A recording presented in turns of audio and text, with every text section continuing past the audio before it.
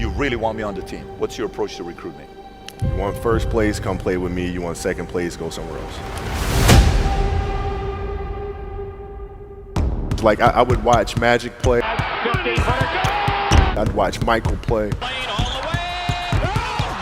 And I would see them do these unbelievable things, and I'd say, you know, can I get to that level? I don't know, but let's find out.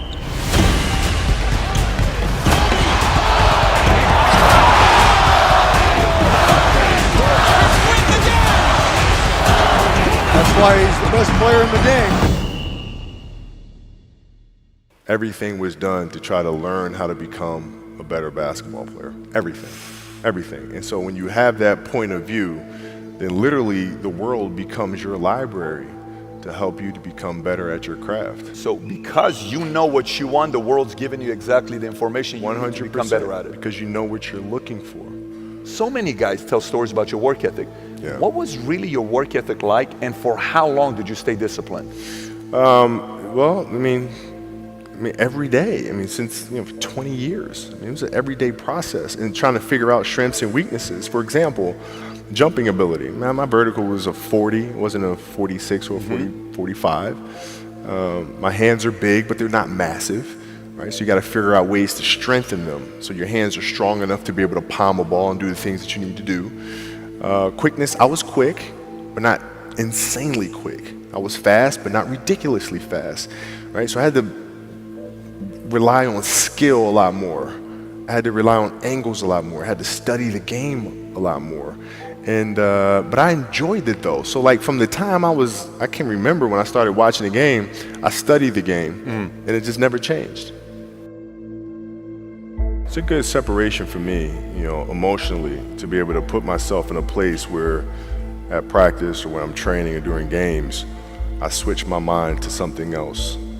I switch my mode into something else, right? For me, it's the equivalent of Maximus Decimus Meridius in Gladiator picking up the dirt, smelling the dirt. It's go time, right? So that was my mental switch. It was like an actor getting ready for a film. You got to put yourself in that cage.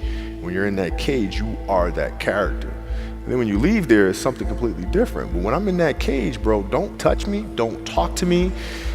Just leave me alone.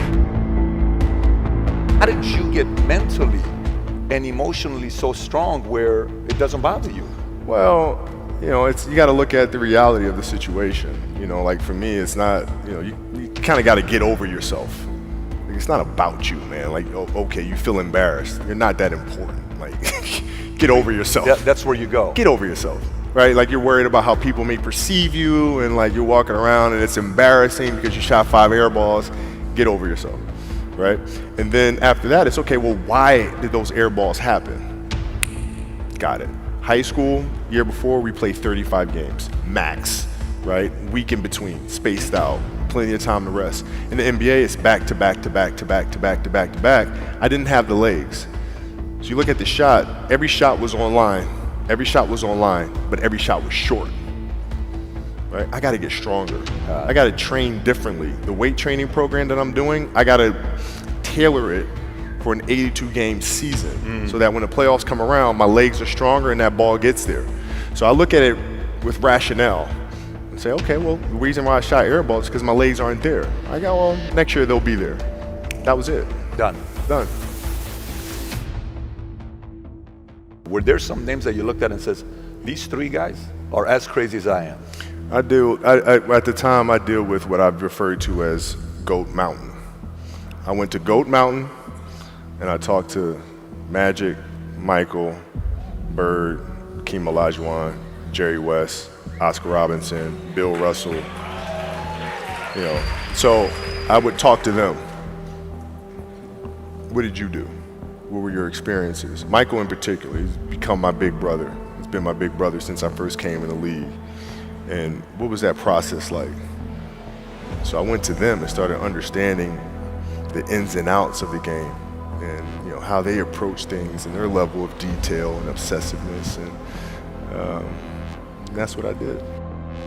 The players that had that passion but weren't willing to commit their entire lives to doing that, right? It's a choice, right? You have other things. You have family. You have all these other things that you have to do.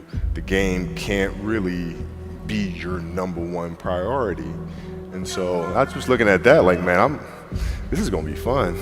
If I'm buddies with you from high school, if I'm a cousin of yours, what happened to our relationship? How did that gravitate when you went into the league and you're determined to become the greatest, or you're determined to become one of the greatest? What happens to our relationship? Well, it suffers. It does suffer. Oh, yeah. Okay. Yeah. Because And you understood that. You were okay yeah. with that. Well, yeah. And the people that love you, like friends and family, like they know that about you. Got it. So they let you be you. And when you reconvene, you pick back up where you left off. But make no mistake about it, everything in between is lost, right? So those long-term relationships, the commitment of time of, taking vacation. Like I see a lot of players take vacations with other players that are close friends. And they'll just take vacations just to take vacations, or just hang out just to hang out. Like I never did that. But Why it was a not choice. though? Why didn't you do that? Well, because when I retire, I didn't want to have to say, I wish I would have done more. I don't want that. I don't want that. You got a lot of people paying their hard-earned money to come watch you perform. Perform. It's your job to be in shape. It's your job to be strong enough to perform at that level every single night. And as a competitor, I'm not ducking shit. Like, it's not, oh my God, my back hurts, I'm sore, we got to play Vince Carter and Toronto Raptors tonight. We actually had this happen. We had a game against Toronto in 2000, and Vince was tearing the league up. My back was jacked. But like the perception of that, like what? Kobe's missing the game against Toronto and Vince Carter because my back was really spasming.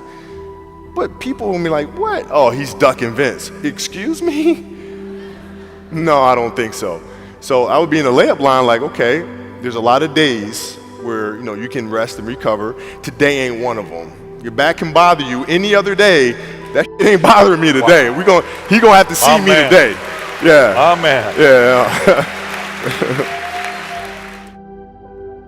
If you're looking at a big investments you got to make, what is the decision-making process there? Do you call? Is there first you do your own research? You take this much time. You call an advisor. Is there a system you follow? It's pretty simple for me. It's do you understand the business? Is it a business that you can help in some form or fashion? What are the barriers of entry to that business? And then the entrepreneurs themselves, the company itself, right? Do they have a culture that you believe is sustainable? Are these leaders people that you believe in? Are they people that are obsessives? And in turn, have they created a culture of obsessiveness? So I tend to look at those 4 factors, and that's it. That's big right there, by the way. I don't know if you guys caught that right there. That's pretty massive right there.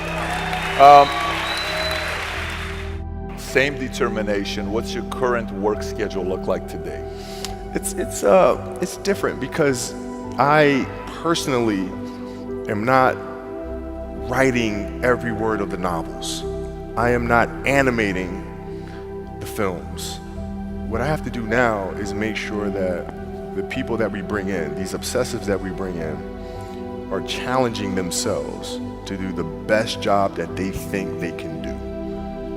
That's what I'm there for, is for them to constantly look in the mirror and self-assess and challenge themselves. If we have a project and you're saying, okay, I can do that, that's not the project we want. The projects that say, I don't know if I can animate that. I don't know how to write that story. I don't know how to do that. Those are the things we want, because through that curiosity, you'll reach a level that you didn't think was possible. And so running the studio, that's what I'm doing.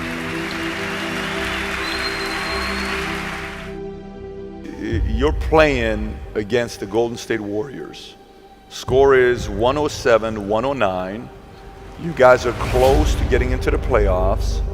You know exactly what happens in the game. You go up, you're about to take your shot, and then all of a sudden, boom, Achilles happens, right? He went and hit the free throws, and then you walked off the stage. Yeah. And you got the surgery done. I went in the trainer's room, my kids are in there, and they're looking at you and stuff, and I'm looking at them, and I'm like, it's all right, Dad's gonna be all right. It'll be fine. It'll be all right. It'll be all right. It'll be all right. As a parent, you gotta set the example. You gotta set the example. This is another obstacle. This obstacle cannot define me. It's not gonna cripple me. It's not gonna be responsible for me stepping away for the game that I love. I'm gonna step away on my own terms. And that's when the decision was made that, you know what, I'm doing it. I'm doing it. You're a freaking beast, bro. Yeah,